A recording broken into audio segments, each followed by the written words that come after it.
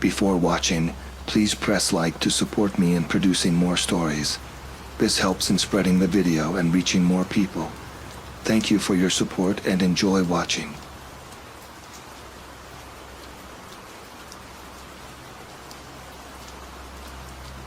My name is Everett Klein, and I've lived in Missoula, Montana for most of my life. The story I'm about to tell you happened a few years back, just outside the city limits.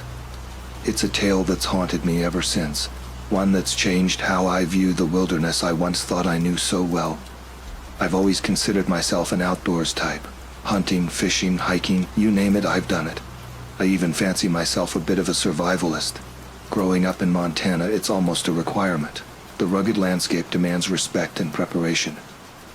Little did I know that all my experience would be put to the ultimate test during what should have been a routine camping trip. Before I dive into the events of those terrifying days, let me paint you a picture of the land we're dealing with. Missoula is surrounded by what locals affectionately call Rio Rugged, a nickname for the expansive wilderness that encapsulates everything wild about Montana. We're talking dense forests that stretch as far as the eye can see, mountain ranges that touch the sky, and hidden valleys that have probably never felt a human footprint. It's beautiful, but it's also unforgiving. Now, I've always believed in being prepared. My garage is filled with top-of-the-line camping gear, survival equipment, and enough dried food to last months. I've got first aid kits that would make an EMT jealous and navigation tools that could get me out of the Amazon. But sometimes all the preparation in the world isn't enough when nature decides to throw you a curveball. It was late August when my buddy Nolan reached out to me. Nolan and I go way back. We met in college where I was studying environmental science and he was pursuing a business degree. After graduation, our paths diverged. I stayed in Missoula, working as a park ranger and wilderness guide, while Nolan moved to Seattle to climb the corporate ladder. Despite the distance, we kept in touch. Nolan would often call, lamenting about the stress of city life and reminiscing about our college adventures. It was during one of these calls that he proposed the idea of a camping trip. "Ev," he said, his voice tinny through the phone, "I need to get out of this concrete jungle. Remember how we used to talk about that secret fishing spot of yours? Think you could show me?" I hesitated. The spot he was referring to was deep in the backcountry, far from any marked trails. It wasn't a place for beginners, but Nolan was insistent. "Come on, man, I need this.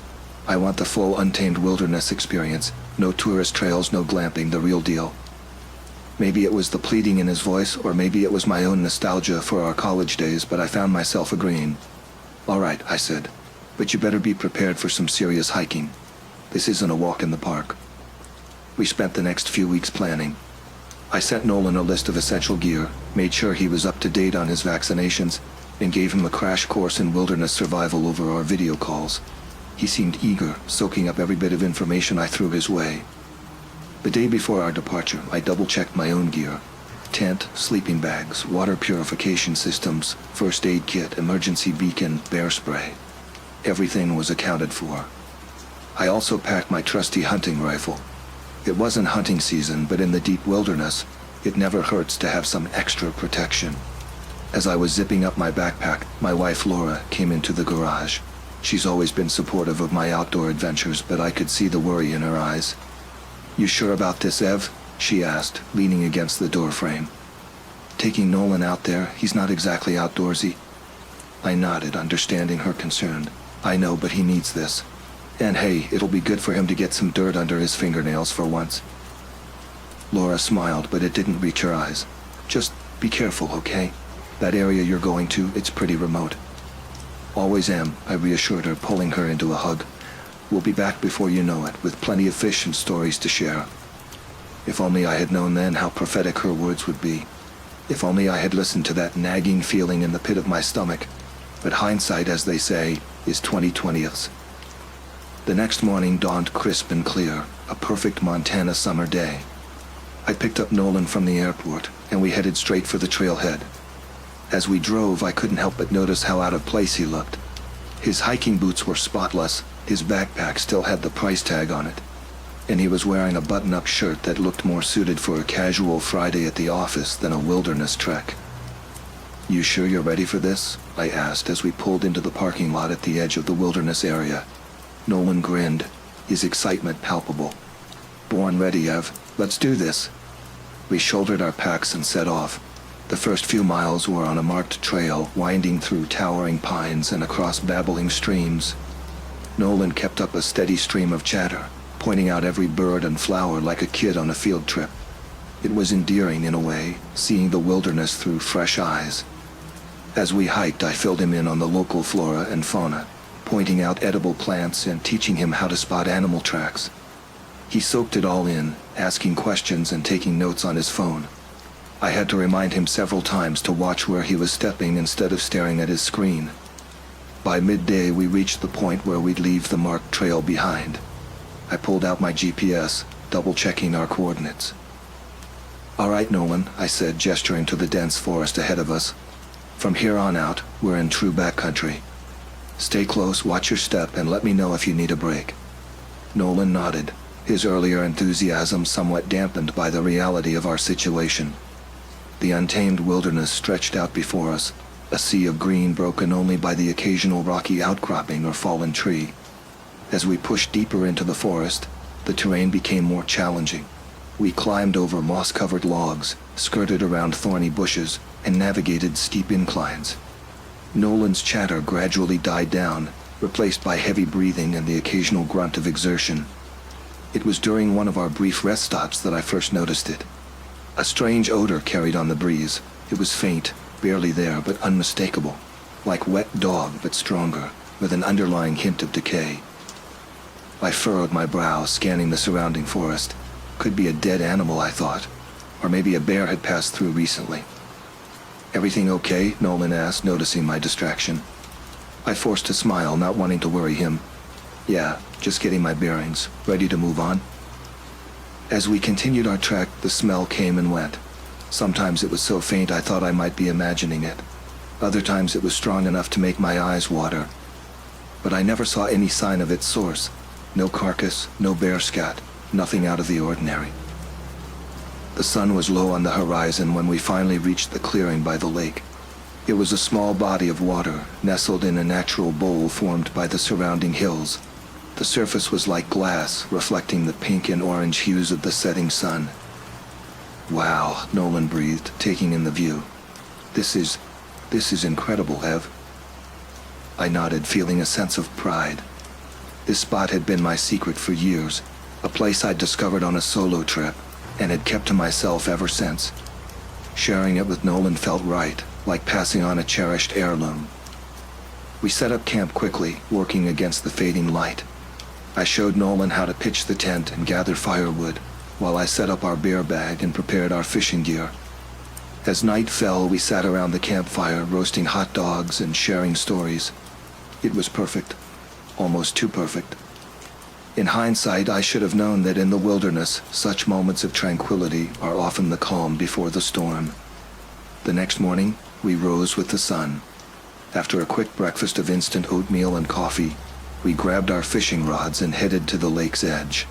The water was calm, promising a good day of fishing. I showed Nolan how to cast his line, laughing as he tangled it on his first few attempts. "Don't worry," I reassured him. "It takes practice. You'll get the hang of it." As the morning wore on, we settled into a comfortable rhythm. Cast, wait, reel in. Cast, wait, reel in. The repetitive motion was meditative, allowing my mind to wander. That's when I saw it. A flash of movement just beyond the tree line. My hunter's instinct kicked in and I felt my pulse quicken. It was too big to be a deer, moving too fast to be a bear. Whatever it was gone as quickly as it had appeared, leaving me to wonder if I had imagined it. Nolan, oblivious to my sudden alertness, was busy swatting at mosquitoes and cursing under his breath. "How do you stand these bugs?" he grumbled, reaching for the insect repellent for what must have been the 10th time that morning. I was about to reply when I heard it, a branch snapping loud and clear somewhere behind us. The sound echoed across the clearing, unnaturally loud in the suddenly still air. "Ev?" Nolan's voice was hesitant, tinged with fear. "What was that?" I stood slowly, my eyes scanning the tree line. The forest seemed to hold its breath, an oppressive silence falling over the clearing. Then I smelled it again, that wet dog odor, stronger than ever, mixed with something metallic and unpleasant. "Nolan," I said, keeping my voice low and calm, "I need you to listen to me very carefully. We're going to pack up our gear nice and slow, and then we're going to head back to camp, okay?" He nodded, his face pale. We moved deliberately, trying not to make any sudden movements. As we gathered our things, I kept my eyes on the forest, watching for any sign of movement. We were almost ready to leave when I saw it again, a dark shape moving between the trees. It was big, much bigger than a man, and it moved with an unnatural fluidity that sent chills down my spine. "Run," I whispered to Nolan, my voice barely audible. "Run!" We took off, abandoning our fishing gear in our haste. The sound of our pounding footsteps seemed deafening in the quiet forest, but it was quickly overshadowed by something else. A deep, guttural growl that seemed to come from everywhere at once. As we ran, I caught glimpses of our pursuer through the trees. It was unlike anything I had ever seen before. Massive and lean, covered in matted fur, it ran on two legs with a loping gait that ate up the distance between us with terrifying speed. Its face, God, its face. A long muzzle filled with razor-sharp teeth, eyes that gleamed with an intelligence that had no place in an animal. "What the hell is that?" Nolan gasped as we ran, his voice high with terror. "I don't know," I panted back, "but keep running." We crashed through the underbrush, branches whipping at our faces and roots threatening to trip us at every step. The creature's breathing was a ragged rasp that echoed through the woods, always seeming to be right behind us no matter how fast we ran. I don't know how long we ran. Time seemed to lose all meaning in our flight. But eventually, mercifully, we burst out of the tree line and into a small clearing bisected by a shallow stream. "The water," I gasped, grabbing Nolan's arm and pulling him towards the stream. "It might mask our scent." We splashed into the cold water, the shock of it barely registering through our adrenaline-fueled haze. We waded upstream for a while before finally collapsing behind a large boulder, our chests heaving as we struggled to catch our breath. Nolan was sobbing quietly, tears cutting clean tracks through the dirt on his face. I felt a surge of guilt. I had brought him out here, promising an adventure. Instead, I had led him into a nightmare, but there was no time for self-recrimination. I strained my ears, listening for any sign of pursuit. For a long moment, all I could hear was the gentle gurgle of the stream and our ragged breathing. Then, faintly, I heard it, that wet dog smell carried on the breeze. "Come on," I whispered, hauling myself to my feet. "We've got to keep moving. It'll pick up our trail again soon." Nolan looked up at me, his eyes wide with a fear I now understood all too well. What was that thing, Ev?" I shook my head, offering him a hand up. "I don't know, buddy, but we can figure it out later. Right now, we need to focus on getting out of here alive." As we set off again, slower this time, but no less urgent, I couldn't shake the feeling that we were being watched. The forest, once so familiar and comforting, now seemed alien and hostile. Every shadow held a potential threat, every rustle of leaves a harbinger of doom. Our nightmare was far from over. In fact, it was just beginning. As dusk fell, painting the sky in hues of purple and orange, we finally allowed ourselves to stop and rest. We had been moving non-stop since our encounter by the lake, pushing ourselves to the brink of exhaustion in our desperation to put as much distance as possible between us and whatever that thing was. We found a small clearing, sheltered on three sides by a rocky outcropping. It wasn't ideal, but it would have to do. We were both too tired to go any further. "We need to make a fire," I said, my voice hoarse from hours of heavy breathing. "It'll help keep animals away." Nolan nodded wordlessly, his eyes darting nervously around the clearing. He had barely spoken since our flight began, seemingly in shock from the events of the day. We worked quietly, gathering what dry wood we could find. Our supplies were limited.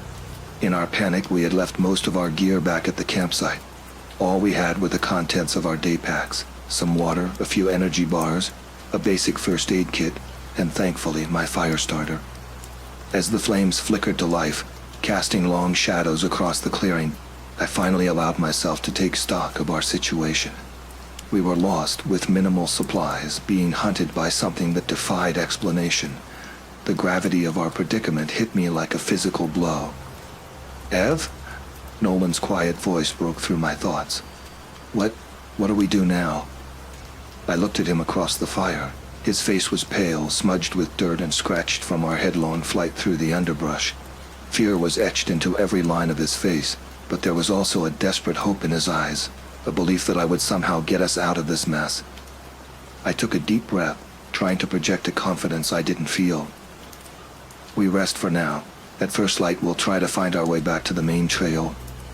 Once we're there, we can follow it back to the trailhead. Nolan nodded, seeming to take comfort in having a plan, however tenuous. We fell into an uneasy silence, both lost in our own thoughts as we stared into the flames. As the night deepened, the forest came alive with sounds. The hoot of an owl, the rustle of small animals in the underbrush, the whisper of wind through the trees. Normally these sounds would have been soothing. Now they only served to heighten our anxiety, each noise a potential herald of our pursuer's return. We took turns keeping watch, neither of us able to sleep for more than a few fitful minutes at a time. During one of my watches, as Nolan dozed fitfully by the fire, I heard it, a low, guttural growl that seemed to come from everywhere and nowhere at once. I froze, my hand instinctively reaching for the hunting knife at my belt. The fire had died down to embers, leaving the clearing shrouded in shadows. I strained my eyes, trying to pierce the darkness, but could see nothing beyond the faint glow of our dying fire. The growl came again, closer this time. I nudged Nolan awake, pressing a finger to my lips to keep him quiet. His eyes widened in fear as he heard it too, that inhuman sound that had haunted us since the lake. We sat there, barely breathing, as the minutes ticked by. The growling stopped, replaced by an even more terrifying sound, the snap of twigs and rustle of leaves growing steadily closer. Then I saw it. A pair of eyes reflecting the faint firelight peering at us from the edge of the clearing. They were set too high to be a bear or a wolf, and they gleamed with an intelligence that sent shivers down my spine. "Nolan," I whispered, my voice barely audible. "When I say run, you run. Don't look back, don't wait for me, just run." He nodded, his whole body trembling. The creature stepped into the clearing.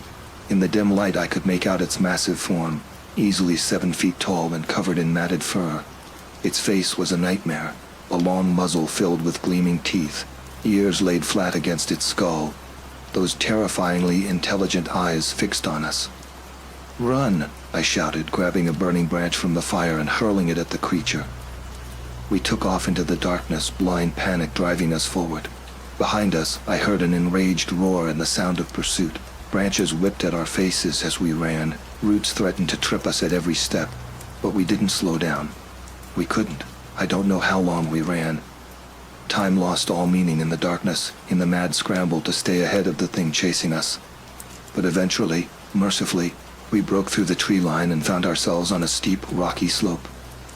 "Up!" I gasped, pointing to the top of the hill. "It might have trouble climbing." We scrambled up the slope, our hands bloodied on the sharp rocks. Behind us I could hear our pursuer crashing through the underbrush, its growls growing fainter as we climbed higher. At the top of the hill, we collapsed, our chests heaving as we struggled to catch our breath. The eastern sky was beginning to lighten, the first hints of dawn painting the horizon. Did we lose it?" Nolan panted, his voice shaky with exhaustion and fear. I scanned the forest below us, but could see no sign of movement. "I think so," I said, not entirely convinced. "But we can't stay here. We need to keep moving." As the sun rose, painting the sky in brilliant shades of pink and gold, we set off again. We were both exhausted, running on nothing but adrenaline and the desperate need to survive. But we pushed on, driven by the fear of what lurked in the forest behind us. The day passed in a blur of exhaustion and fear. We stumbled on, using the sun to keep ourselves oriented roughly eastward, towards where we hoped the main trail would be. Every snapping twig, every rustle in the underbrush sent our hearts racing, but hour after hour passed with no sign of our pursuer. As the day wore on, other problems began to make themselves known. We had no food beyond a few energy bars, and our water was running low.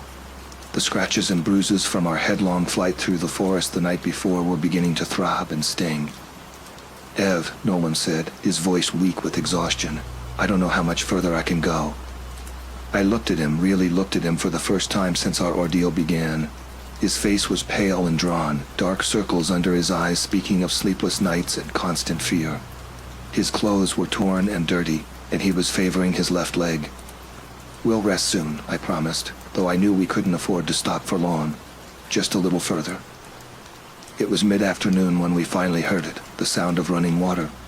Hope surged through me as we pushed through a dense thicket and found ourselves on the banks of a wide, shallow river. "I know where we are," I said, relief flooding through me. "This is the North Fork. If we follow it downstream, it'll lead us back to the main trail." For the first time in days, I saw a glimmer of hope in Nolan's eyes.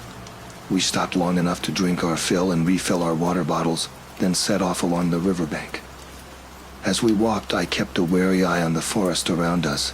The sound of the river would mask any noise of approach, making it the perfect place for an ambush.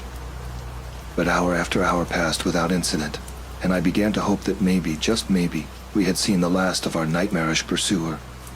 The sun was setting when we finally saw it, a wooden sign marking the intersection of the river and the main trail. We had made it. "Oh, thank God," Nolan breathed, sinking to his knees in relief. But I knew we couldn't relax yet. "Come on," I said, helping him to his feet.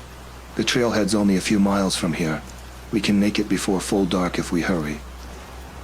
We set off down the trail, our pace quicker now on the even ground.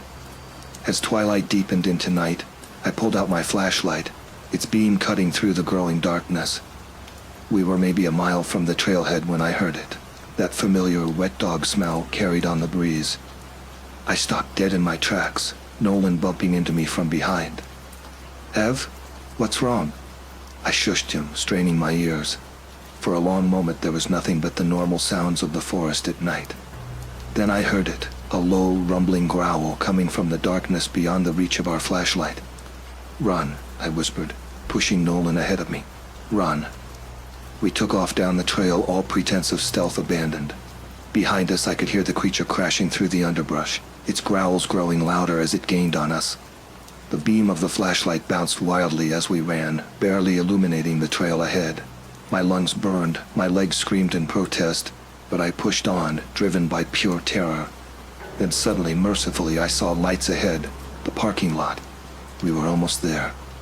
With a final burst of speed, we broke out of the tree line and into the lot. A group of early morning hikers, just getting ready to set out, turned to stare at us in shock. "Call the sheriff," I gasped, collapsing to my knees. "There's something out there." The next few hours passed in a blur. The sheriff arrived, a heavy-set woman named Deputy Hanson, her face a mask of concern as we babbled our story. She listened patiently, then ordered a search of the area. Nothing was found. No tracks, no signs of the creature we described.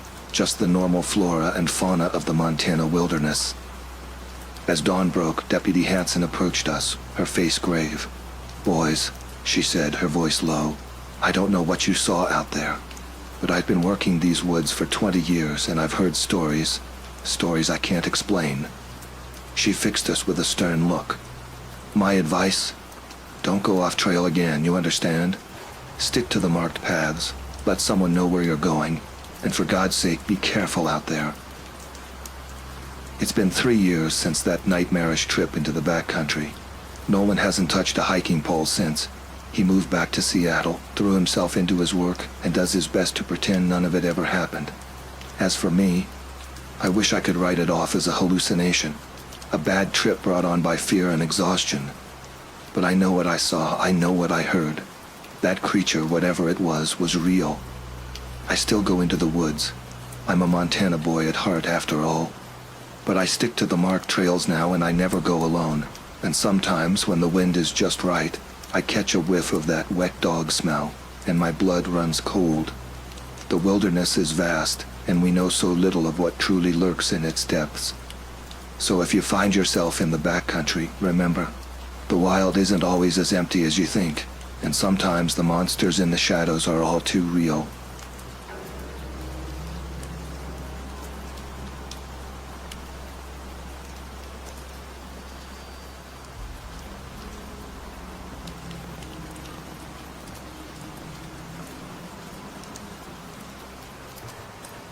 I've always been a bit of a loner.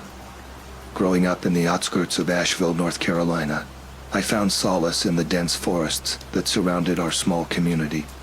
The name's Killian, and this is the story of how my sanctuary became a nightmare.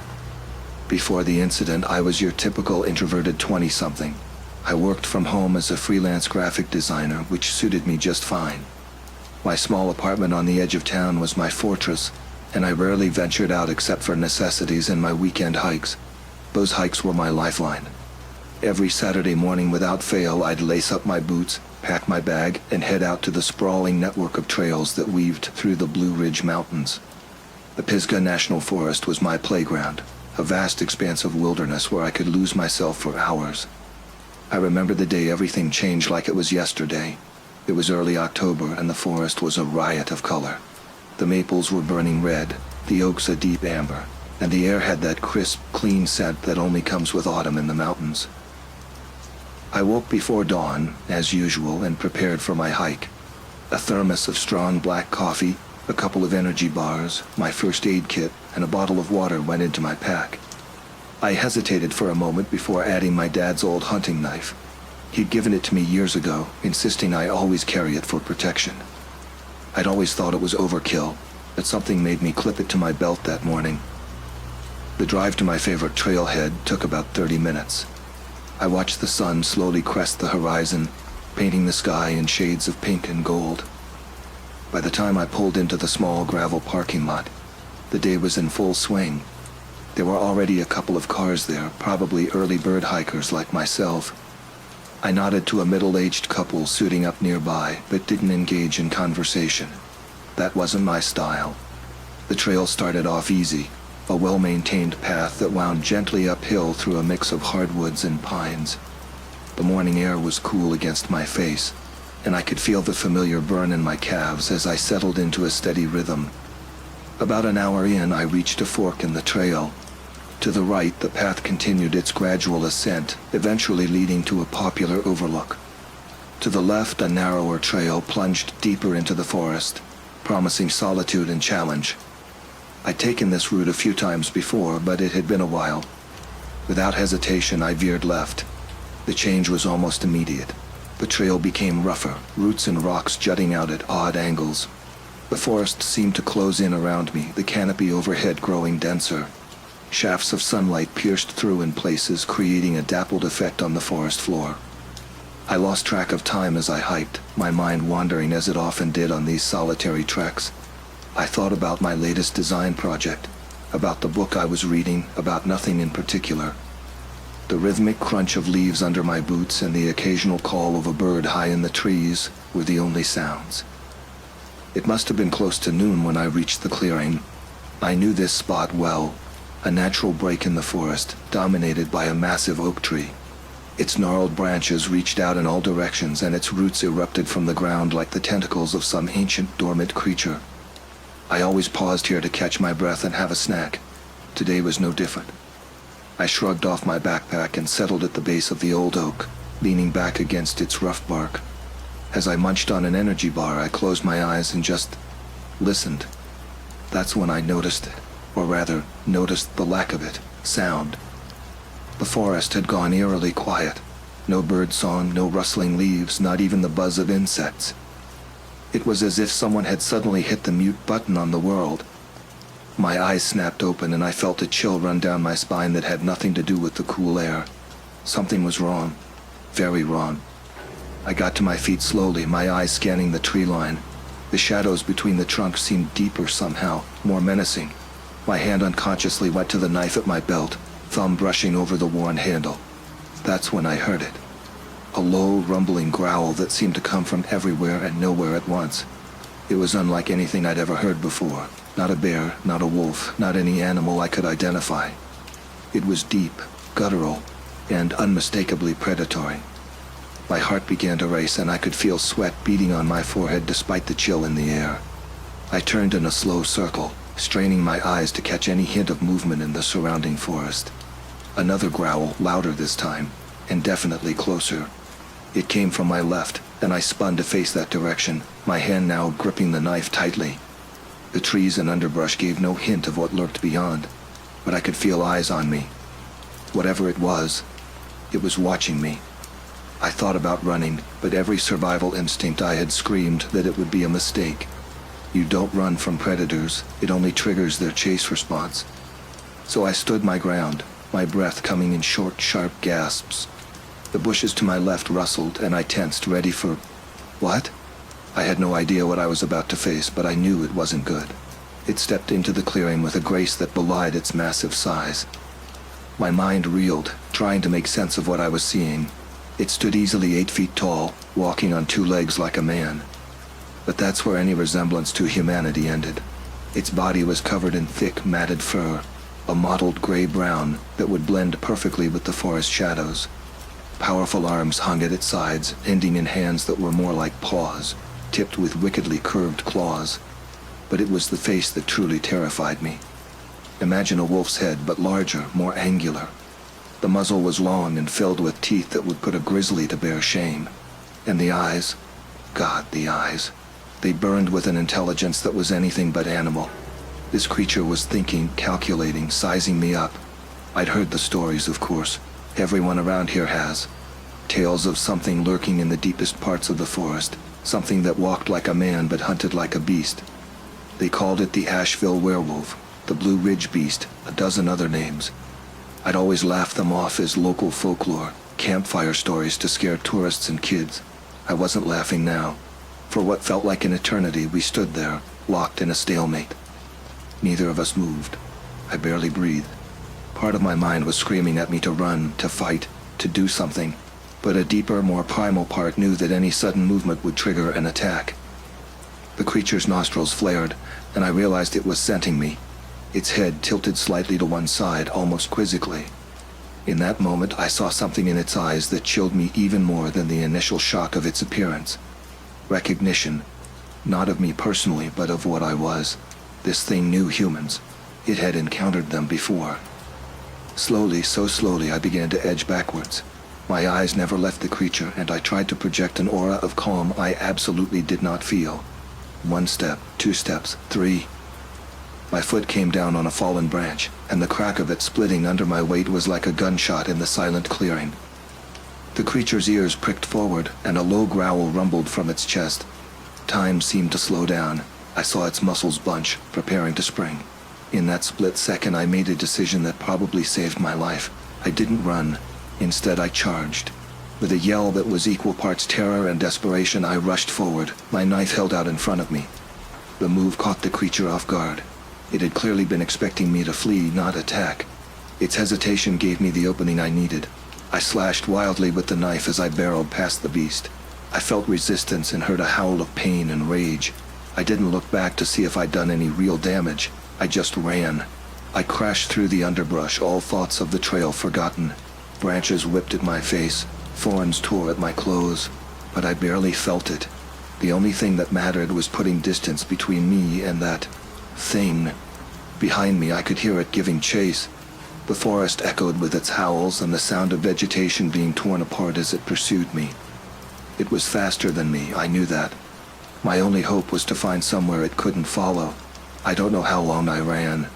It could have been minutes or hours. Time lost all meaning in the blind panic of flight. My lungs burned, my legs ached, but I didn't dare slow down. I burst out of a thicket and found myself at the edge of a steep ravine. Far below, I could hear the rush of water, a river or large stream. For a moment, I contemplated trying to climb down, but the rocks looked treacherous. One slip and I'd fall to my death. The sounds of pursuit were getting closer. I had to make a decision, and fast. That's when I spotted it, a narrow crevice in the rock face to my right. It looked just barely wide enough for a person to squeeze through. Without hesitation, I dove for the opening. It was a tight fit, and for one terrifying moment I thought I might get stuck. But with a final push, I slipped inside just as the creature burst into view. It let out a roar of frustration that shook the very rocks around me. I pressed myself as far back into the crevice as I could, hardly daring to breathe. I could see it pacing back and forth at the entrance, occasionally swiping at the opening with its massive claws, but it was too big to follow me in. For hours, I sat in that cramped space, listening to the creature's growls and watching its shadow move back and forth. As the light began to fade, its visits became less frequent. Finally, as night fell, the forest grew quiet once more. I waited until the first light of dawn before I dared to emerge.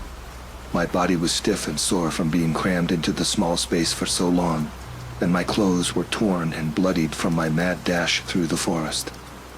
But I was alive. The journey back to civilization was a nightmare in itself. I had no idea where I was, and every snapping twig or rustling leaf set my heart racing. It took me most of the day to find my way back to a marked trail, and from there to the parking lot where I'd left my car. I drove home in a daze, my mind still reeling from what I'd experienced.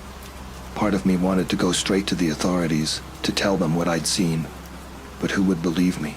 I had no proof, and my story sounded insane even to my own ears. In the days that followed, I scoured local news sources and online forums, looking for any reports of similar sightings. There were a few vague stories, blurry photos that could have been anything, but nothing concrete. It seemed that whatever I'd encountered preferred to stay hidden. I didn't go hiking again for a long time after that. The forest, once my sanctuary, had become a place of terror.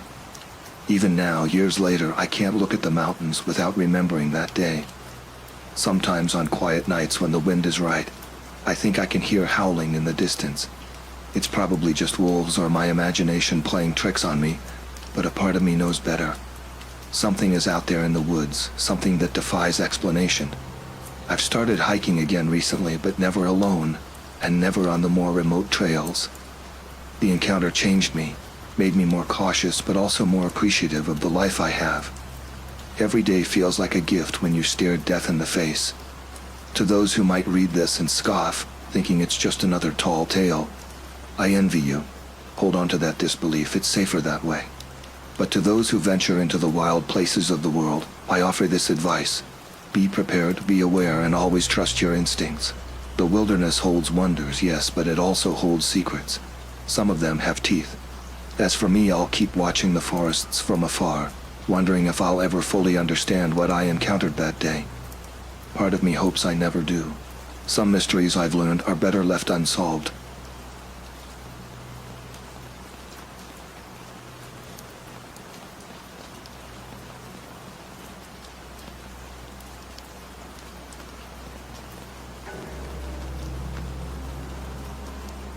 I've always been a city person.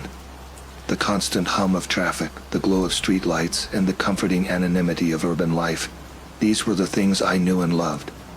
But a few times a year I'd feel this inexplicable urge to get away from it all. Not your typical beach vacation or resort getaway, mind you. I'm talking about disappearing into the wilderness, finding some secluded cabin rental, and spending a week completely off the grid. Looking back, I can't help but wonder if those trips were some kind of twisted fate. Was I unknowingly drawn to something out there in the dark, or was it drawn to me?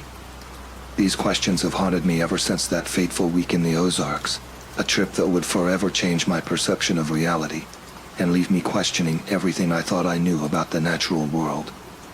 It was late October, about 3 years ago.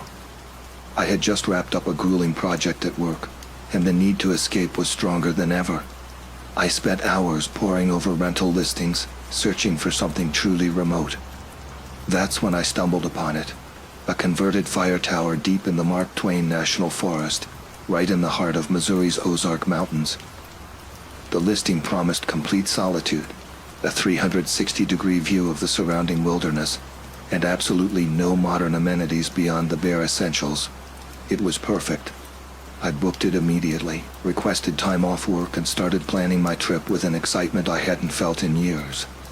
The drive from St. Louis took nearly 4 hours, the last hour of which was on winding back roads that seemed to get narrower and more overgrown with each passing mile. My phone lost signal about 45 minutes before I reached my destination, and I found myself relying solely on the printed directions the owner had provided. As I navigated the final stretch of gravel road, the dense forest suddenly gave way to a small clearing, and there it was, my home for the next week. The fire tower stood about 60 feet tall, a weathered wooden structure that looked like it had been there for decades. A narrow staircase zigzagged up its side, leading to a small cabin perched at the top. I parked my car and took a moment to stretch, breathing in the crisp autumn air. The silence was almost overwhelming after hours of highway noise. No cars, no planes overhead, not even the distant bark of a dog. Just the whisper of wind through the trees and the occasional call of a bird I couldn't identify. Grabbing my backpack and a couple of supply boxes, I made my way up the stairs. Each step creaked under my weight, and I found myself gripping the railing a little tighter as I climbed higher. By the time I reached the cabin, my legs were burning, and I was slightly out of breath. Note to self: city life hasn't been kind to my fitness level. The cabin itself was simple but cozy. A small kitchenette occupied one corner, complete with a propane stove and a cooler that served as a makeshift refrigerator. A narrow bed was tucked against the opposite wall, and a rickety table with 2 chairs sat in the center of the room. But the real star of the show was the view. Floor-to-ceiling windows wrapped around the entire cabin, offering an unobstructed panorama of the surrounding Ozark wilderness. Rolling hills covered in a patchwork of autumn colors stretched as far as the eye could see. In the distance, I could make out the silvery ribbon of a river winding its way through the valley. As I unpacked and settled in, I felt the tension of the past few months begin to melt away.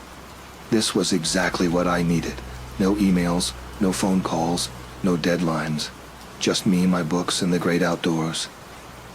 The sun was setting by the time I finished organizing my supplies. I grabbed a beer from the cooler and stepped out onto the small balcony that wrapped around the cabin. The view was, in a word, breathtaking.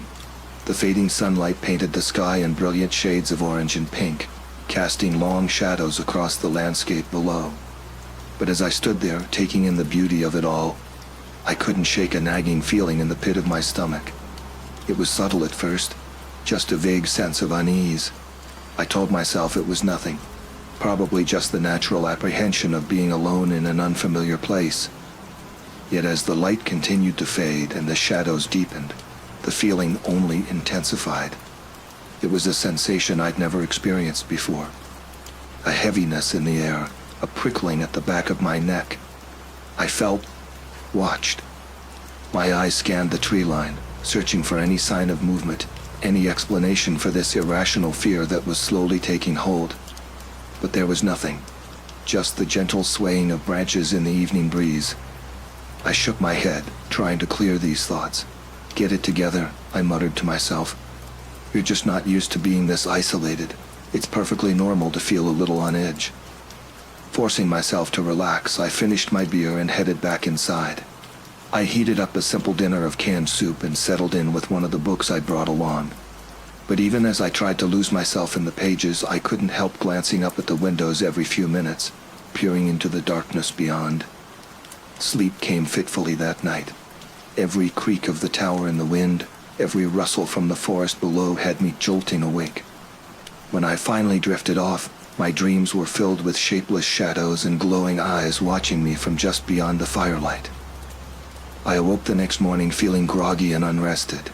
The early morning sun was streaming through the windows, and I could hear birds chirping cheerfully outside. In the light of day, my fears from the previous evening seemed silly and overblown. I chalked it up to first night jitters and resolved to make the most of my day. After a quick breakfast of instant oatmeal and coffee, I decided to explore the area around the tower. There was a trail map pinned to the wall, showing a network of hiking paths crisscrossing the surrounding hills. One trail in particular caught my eye. It led to the top of a nearby ridge that promised even more spectacular views of the valley. I packed a small day pack with water, some snacks, and a first aid kit. As an afterthought, I also grabbed the can of bear spray I'd brought along. Better safe than sorry, right? With one last glance at the map, I headed down the tower stairs and set off into the woods. The trail started off easy enough, winding through stands of oak and hickory trees. The forest floor was carpeted with fallen leaves, creating a satisfying crunch beneath my boots with each step. The air was cool and crisp, carrying the earthy scent of decaying vegetation, that distinct autumn smell that always filled me with a sense of nostalgia. As I hiked, I found myself relaxing into the rhythm of the trail. The paranoia from the night before faded away, replaced by a growing appreciation for the natural beauty surrounding me. I stopped occasionally to examine interesting plants or rock formations, snapping photos with my camera to document the journey. It was during one of these stops, about an hour into my hike, that I first noticed something off. I had paused to retie my bootlace when a flash of movement caught my eye. It was just at the edge of my peripheral vision, gone almost as soon as I registered it. I straightened up quickly, scanning the trees around me, but saw nothing out of the ordinary.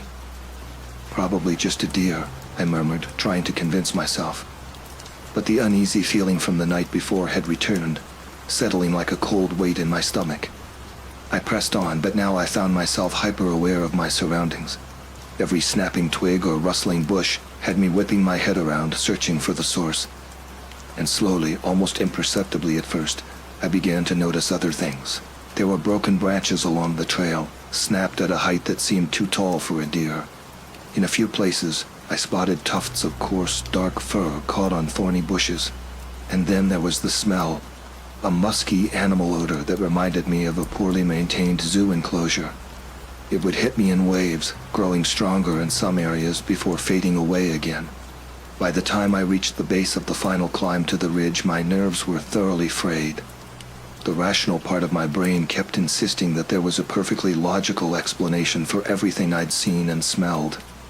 But another part, a more primal instinct, was screaming at me to turn back, to get as far away from this place as possible. I stood there for several long moments, debating whether to continue or head back to the relative safety of the fire tower. In the end, stubbornness won out. I'd come this far, and I was determined to see the view from the top of the ridge. Besides, whatever was out here, if there even was anything, surely wouldn't approach me in broad daylight, right? The final ascent was steep and challenging, requiring me to scramble over boulders and pull myself up using exposed tree roots in some places. By the time I reached the summit, my shirt was soaked with sweat and my legs were trembling from exertion. But oh, that view! It was even more spectacular than I had imagined. From this vantage point, I could see for miles in every direction.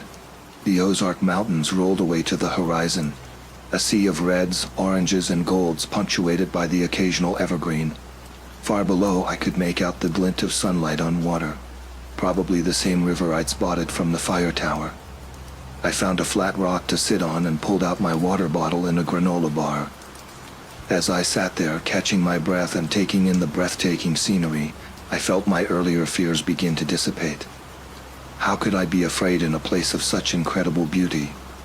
But then I saw it. At first, it was just a dark shape moving in the valley far below, barely distinguishable from the shadows cast by the late afternoon sun. I might not have even noticed it if not for the way it moved, in a bounding, loping gait that was unlike any animal I'd ever seen. I fumbled for my camera, zooming in as far as the lens would allow. Through the viewfinder, I could make out more details, and what I saw sent a chill down my spine. The creature was massive, easily the size of a bear, but its proportions were all wrong. It seemed to shift between moving on all fours and rising up on two legs, its movements fluid and unnaturally quick for something of its size. As I watched, frozen in a mix of fascination and terror, the creature paused. And then, with a deliberate slowness that made my blood run cold, it turned its head and looked directly up at me. Even from this distance I could see its eyes, two pinpricks of reflected light that seemed to bore into my very soul. In that moment, I knew with absolute certainty that this thing, whatever it was aware of me. Had been aware of me perhaps since the moment I'd entered its territory. The spell was broken by the sound of my camera clattering to the ground. I hadn't even realized I'd dropped it. That small noise was enough to snap me back to reality, and suddenly the only thought in my mind was escape. I scrambled to my feet, leaving my backpack and camera behind in my haste. The sun was now dipping below the horizon, casting long shadows across the landscape. How long had I been sitting there, transfixed by that thing? I'd lost all track of time, and now I was facing a treacherous descent in rapidly fading light. I half ran, half slid down the steep trail, my hands and knees getting scraped and bruised as I stumbled over rocks and roots. Every snapping twig or rustle of leaves had me convinced that the creature was right behind me, ready to pounce at any moment. About halfway down I heard it, a low, rumbling growl that seemed to come from everywhere and nowhere at once. It was unlike anything I'd ever heard before, a sound that bypassed all rational thought and struck directly at the most primitive part of my brain. "Run," it said. "Run or die." I don't remember much of the rest of that descent, It's all a blur of panic and adrenaline, of branches whipping at my face, and the constant, overwhelming certainty that I was being pursued. At some point I veered off the main trail, crashing blindly through the underbrush in what I hoped was the general direction of the fire tower. Just when I thought my legs would give out, I burst into a small clearing. There, looming out of the gathering darkness, was an old shed. Without a second thought, I yanked open the weathered door and threw myself inside, pulling it shut behind me. The interior of the shed was pitch black and smelled of mold and decay. I huddled in a corner, trying to quiet my ragged breathing as I strained to listen for any sound of pursuit. Minutes ticked by, then hours. The temperature dropped, and I began to shiver uncontrollably, both from cold and residual fear. I must have dozed off at some point because the next thing I knew, pale morning light was filtering through the cracks in the shed's walls. My whole body ached and my mouth was parched with thirst. But I was alive. With trembling hands, I eased the shed door open and peered outside. The forest looked peaceful in the early morning light, with no sign of the terror from the night before. Still, I wasn't taking any chances. I oriented myself using the position of the sun and set off at a brisk pace in what I hoped was the direction of the fire tower. It took nearly 2 hours of walking before I finally spotted the familiar silhouette of the tower through the trees. I've never been so relieved to see anything in my life. I practically ran the last 100 yards, taking the stairs 2 at a time despite my exhaustion. Once inside, I locked the door, pulled down all the blinds, and collapsed onto the bed. I wanted nothing more than to sleep for days, to pretend that none of this had happened. But I knew I couldn't stay here. Whatever was out there in those woods, it knew where I was, and I had no intention of being here when night fell again. I packed my belongings in record time, leaving behind anything non-essential to speed up my departure. As I was doing a final sweep of the cabin, my eyes fell on the trail map pinned to the wall. On an impulse, I tore it down and stuffed it into my pocket. I'm not sure why. Maybe as proof that this place was real, that I hadn't imagined it all. The drive back to civilization was a blur. I didn't truly relax until I saw the Welcome to St. Louis sign. And even then, I couldn't shake the feeling that I'd brought something back with me, the awareness of something that I was never meant to know existed. In the days and weeks that followed, I tried to rationalize what had happened. Maybe it was a bear, I told myself, or some kind of large wolf. The human mind can play tricks, especially in unfamiliar and stressful situations. But deep down, I knew these explanations were lies I was telling myself to maintain my sanity. I couldn't resist the urge to dig deeper. I spent hours online searching for any information about strange sightings or encounters in the Ozarks. Most of what I found was clearly exaggerated folklore or outright hoaxes. But buried in old newspaper archives and obscure forums, I started to see a pattern. There were reports stretching back decades of hikers and campers going missing in that area. Most were written off as tragic accidents, people getting lost or falling victim to the harsh terrain. But some accounts mentioned strange noises in the night, unexplained tracks, and a pervasive feeling of being watched. One story in particular caught my attention. It was from a local paper, dated just a few weeks after my own encounter. The body had been found in the woods, not far from where I'd stayed. The article was light on details, but it mentioned that the victim had been torn to shreds by an unknown animal. The authorities were baffled, saying the wounds didn't match any known predator in the area. As I read account after account, a name kept coming up in hushed whispers and cautious speculation: the Ozark Howler. According to local legend, it was some kind of wolf-like creature that had been haunting the hills for generations. Most dismissed it as a campfire story, a way to explain the inexplicable sounds and sights of the deep woods. But I knew better.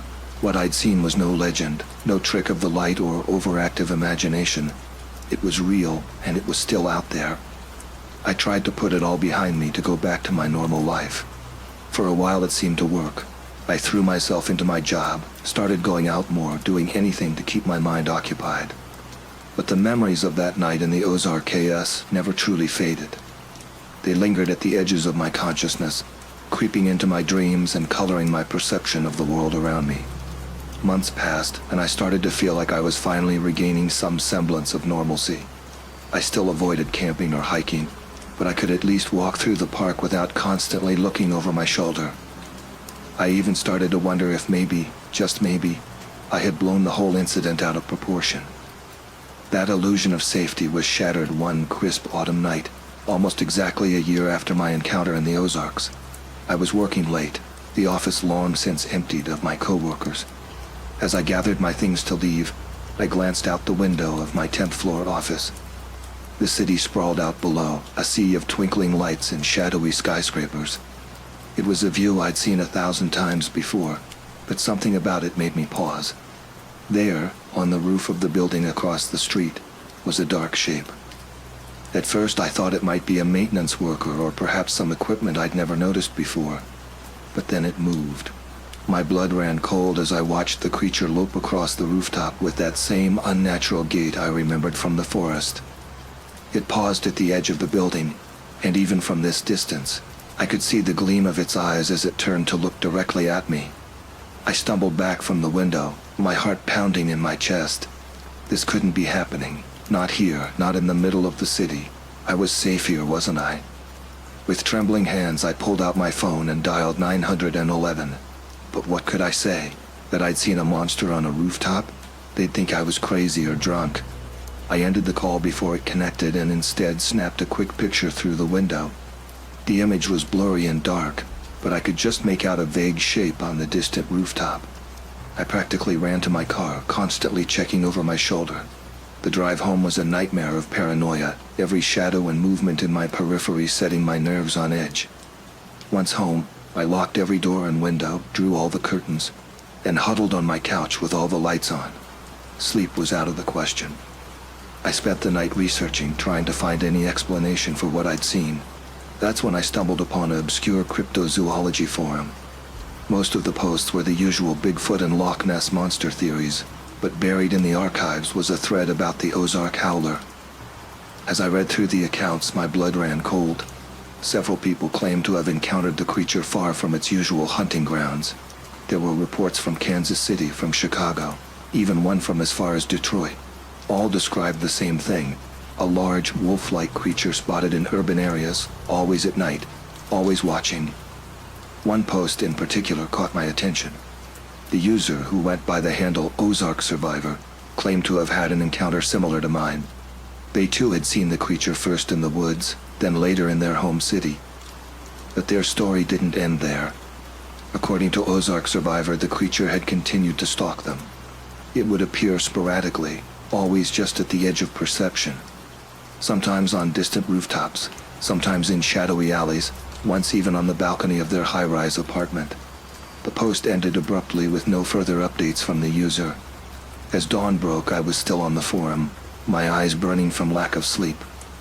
The rational part of my brain insisted that it was all nonsense, just urban legends and overactive imaginations.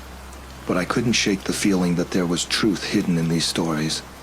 Over the next few weeks, I became obsessed with researching the Ozark Howler and similar cryptid sightings. I started carrying a high-quality camera with me everywhere, hoping to capture proof if I saw the creature again. I installed security cameras around my apartment and found myself checking the footage compulsively. My work began to suffer. I was constantly exhausted, jumping at every shadow. Friends started to comment on my appearance, asking if everything was okay. I brushed off their concerns, unable to explain the terror that had taken over my life. Then, about a month after the rooftop sighting, it happened again. I woke in the middle of the night to a sound I'd hoped never to hear again. That low, rumbling growl that bypassed all rational thought and struck terror into the deepest part of my being. With a trembling hand, I reached for the bedside lamp. As light flooded the room, I saw it. There, on my 10th floor balcony, was the creature. It was pressed against the glass door, its massive form blocking out the city lights behind it. I could see it clearly now, in a way I never had before. Its body was a mass of corded muscle covered in thick, dark fur. Its head was wolf-like, but the proportions were all wrong. The snout too long, the eyes too intelligent. Those eyes, they stared at me with an awareness that was terrifyingly human. For a long moment, neither of us moved. I was frozen in my bed, my heart pounding so hard I thought it might burst from my chest. The creature just watched me, its hot breath fogging the glass. Then slowly, deliberately, it raised one massive paw and placed it against the balcony door. The glass creaked under the pressure, and I saw hairline cracks begin to spread from beneath its claws. That was enough to break me from my paralysis. I lunged for my phone, fumbling to unlock it and open the camera app. But by the time I looked back up, the balcony was empty. The creature had vanished as silently as it had appeared, leaving behind only the cracked glass and a lingering sense of dread. The photo I managed to take showed nothing but an empty balcony. The only evidence of my encounter was the damaged door, and even that could be explained away by natural causes. A stress fracture in the glass, perhaps, or damage from a hailstorm I didn't remember. In the days that followed, I barely slept. I spent my nights huddled in my living room, all the lights on, jumping at every creak and groan of the building settling.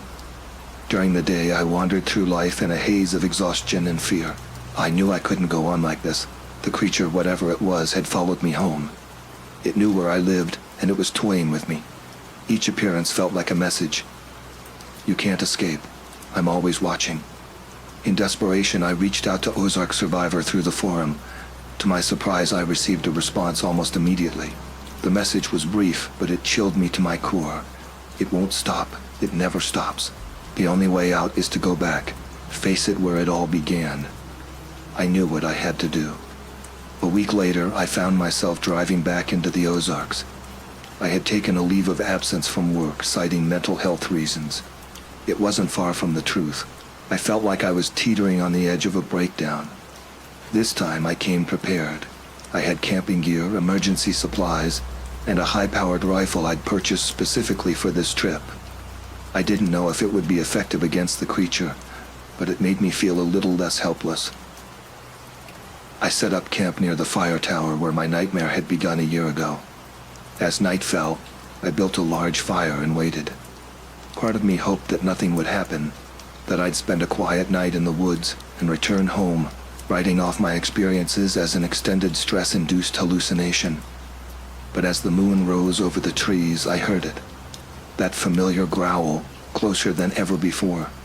I gripped my rifle tightly, my palms sweaty despite the cool night air. It emerged from the shadows at the edge of my campsite. In the flickering firelight, it looked even more terrifying than I remembered. Its eyes reflected the flames, giving them a hellish glow. For a long moment we just stared at each other. I could feel its gaze boring into me, filled with an intelligence that seemed impossible for a mere animal. Slowly, I raised my rifle. The creature didn't move. It just watched me, almost seeming curious. And in that moment I realized something that shook me to my core. It wasn't hunting me. It never had been. This creature, this impossibility, was studying me. Just as I had been fascinated by it, venturing into its territory out of a desire to unplug and experience something beyond my normal life, it had become fascinated by me. It had followed me back to the city not out of malice, but out of a desire to understand. I lowered my rifle, my hands shaking. "What are you?" I whispered. The creature tilted its head almost quizzically. Then, to my utter astonishment, it sat back on its haunches, much like a dog might. But the intelligence in its eyes was anything but canine. Slowly, cautiously, I sank down to sit by my fire. The creature remained where it was, just watching.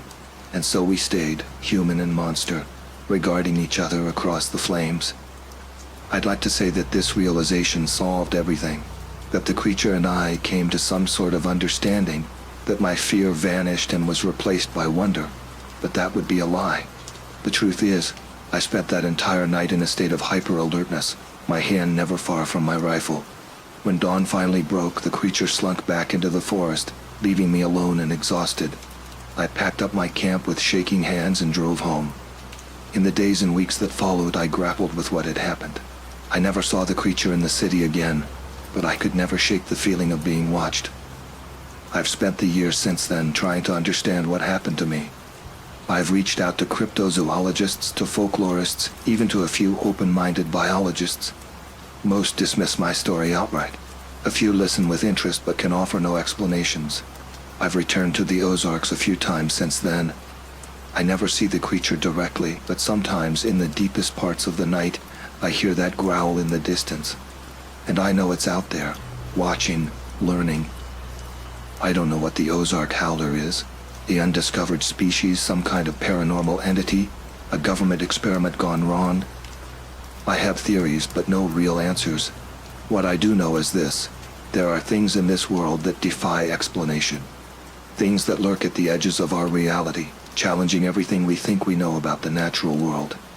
And sometimes when we venture into the wilderness seeking to unplug from our modern lives, we attract the attention of these things.